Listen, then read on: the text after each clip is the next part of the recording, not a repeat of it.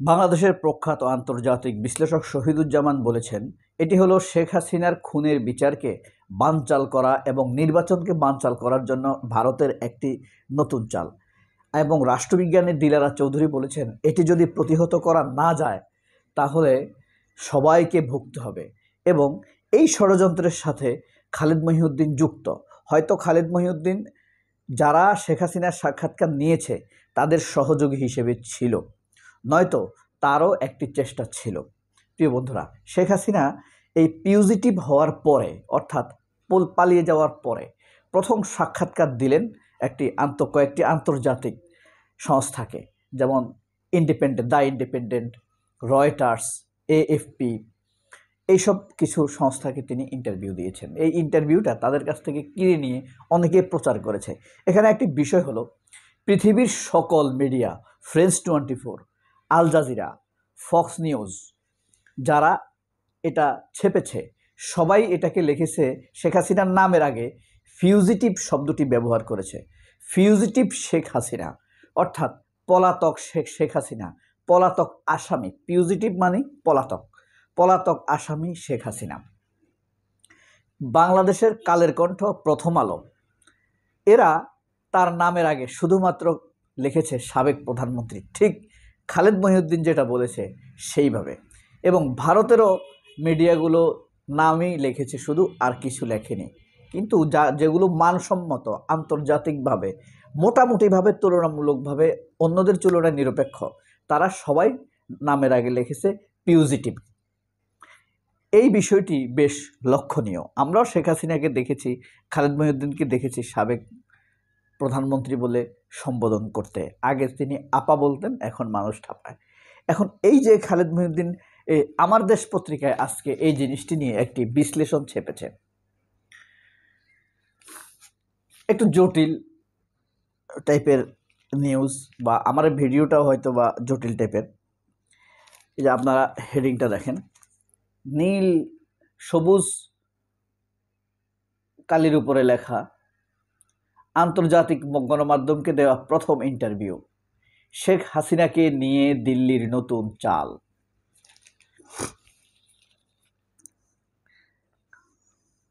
ভিতর থেকে একটু শোনাই। মূলত দিলারা চৌধুরী যে কথাটা বলেছে খালেদ মহিউদ্দিনকে, এখানে বলছে, ডক্টর দিলারা চৌধুরী বলেন, ভারতের এই ষড়যন্ত্রের সঙ্গে দেশীয় চক্রান্তকারীদেরও যোগসূত্র আছে। অতি সম্প্রতি বাংলাদেশের সাংবাদিক খালেদ মহিউদ্দিনকে হাসিনার সাক্ষাৎকার নেওয়ার ব্যাপারে আগ্রহ প্রকাশ করতে দেখেছি। আমি মনে করি খালেদ মহিউদ্দিন সহ আওয়ামী লীগের পক্ষে সাফাই গাওয়া সাংবাদিকদেরও গ্রেপ্তার করে জিজ্ঞাসাবাদ করা উচিত। বর্তমান পরিস্থিতিতে জুলাই বিপ্লবের পক্ষে শক্তিগুলোকে ঐক্যবদ্ধ হওয়ার আহ্বান জানিয়ে এই রাষ্ট্রবিজ্ঞানী বলেন, ভারতের নানা ষড়যন্ত্র অন্তর্বর্তী সরকার বারবার ব্যর্থ করে দিয়েছে। তবে ভারতের নতুন এই চক্রান্ত সফল হবে কিনা তা নির্ভর করছে আমাদের রাজনৈতিক দলগুলোর উপর। দলগুলো যদি তাদের মধ্যে সৃষ্ট দূরত্ব কমিয়ে ঐক্যবদ্ধ হতে না পারে, তাহলে দিল্লির ষড়যন্ত্রের ভয়াবহ ফল সবাইকে ভোগ করতে হবে। এখনও সময় আছে সবাইকে ঐক্যবদ্ধ হয়ে ভারতীয় ষড়যন্ত্রকে মোকাবেলা করতে হবে। বিশিষ্ট আন্তর্জাতিক বিশ্লেষক অধ্যাপক শহীদুজ্জামান বলেন, শেখ হাসিনার সাক্ষাৎকারে বাংলাদেশের বিরুদ্ধে ভারতের নগ্ন হস্তক্ষেপ হিসাবে আখ্যা দিয়েছেন। এটা হস্তক্ষেপিত, তাই না? তিনি বলেন, ভারত শেখ হাসিনাকে নিয়ে বাংলাদেশের সঙ্গে সন্ত্রাসীদের মতো আচরণ করছে।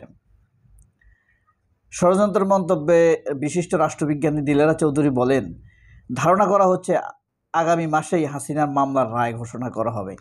এই খুনের বিচারটাকে বানচাল করার জন্য এবং আগামী নির্বাচনকে ভণ্ডুল করে দেওয়ার জন্যই ভারত হাসিনাকে গুটি হিসাবে ব্যবহার করছে।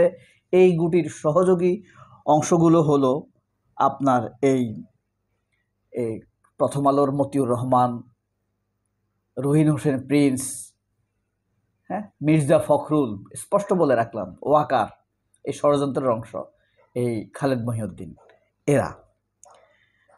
এখন দেখেন, ভারতের ডক্টর ইউনূস নেতৃত্বাধীন অন্তর্বর্তী সরকার ভারতের সঙ্গে একটি সমঝোতায় আসতে বাধ্য হবে এবং সহজেই হাসিনা আওয়ামী লীগকে বাংলাদেশের রাজনীতিতে পুনর্বাসনের মাধ্যমে জুলাই বিপ্লবে হারিয়ে যাওয়া দিল্লির আধিপত্যবাদী প্রভাব আবার ফিরিয়ে আনা সম্ভব হবে। কিন্তু বাস্তবে তার কিছুই হয়নি।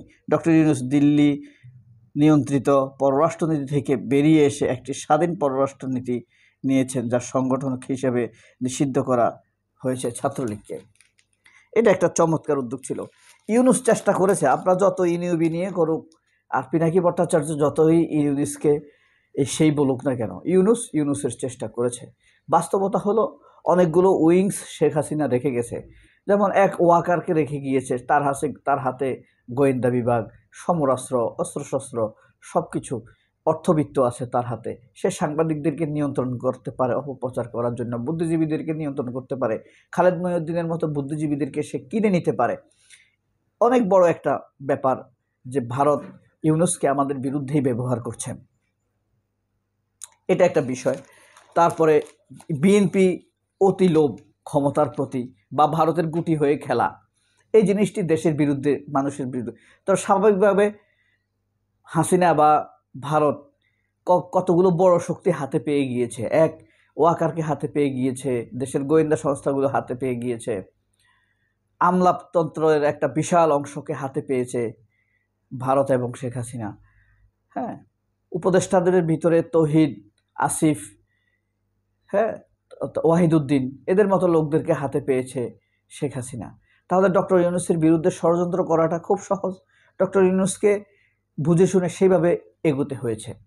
এখন যতজনে যত কথা বলুক, ডক্টর ইউনূসের সমালোচনা করুক না কেন, ইউনূসের ভুল ত্রুটি কিছুটা থাকতে পারে, সেটা তো রয়েছেই।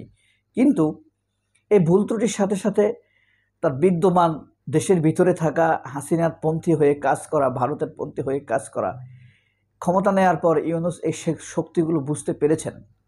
ডক্টর ইউনূস তো মোটামুটি 1 বছর, 1 বছর যাই বলি না কেন, চালিয়ে নিয়ে গিয়েছেন। আওয়ামী লীগের কার্যক্রম নিষিদ্ধ করেছেন, ছাত্রলীগকে নিষিদ্ধ করেছেন সন্ত্রাসী হিসেবে, আওয়ামী লীগের কার্যক্রম স্থগিত করেছেন। বিএনপি হলে বা তারেক রহমান হলে 15 দিন টিকতো, ঠাস মারে দৌড়ানি দিত, আর নাইলে মেরে ফেলত। এরা বড় বড় কথা বলে, এই হয় না সেই হয় না, কিন্তু এরা কিন্তু সরকারকে সহযোগিতা করে নাই। এরা ওইদিকে ভারত এবং হাসিনার কাছে ভালো শাস্তি চাইছে, আবার ডক্টর ইউনূসের কাছে যখন বৈঠক করছে তখন ইউনূসের কাছে ভালো শাস্তি চাইছে। বাইরে এসে সংবাদ সম্মেলন করে মিথ্যা কথা বলছে যেন জনগণ তাদেরকে ভালো মনে করে, তাদের জনগণের কাছেও ভালো শাস্তি চাইছে। আমি তো মনে করি ডক্টর ইউনূস না, জাতির সাথে 5ই আগস্টের পর সবচাইতে বিশ্রী, খারাপ এবং নোংরা খেলাটা খেলেছে বিএনপি। জামায়াতকে কোন হিসাব নিকেশে রাখবো এখন আমি বুঝতে পারছি না। তবে জামায়াতকে একবার অবিশ্বাস করলে আর তাকে আমি আর পজিটিভ খাতায় আনবো না।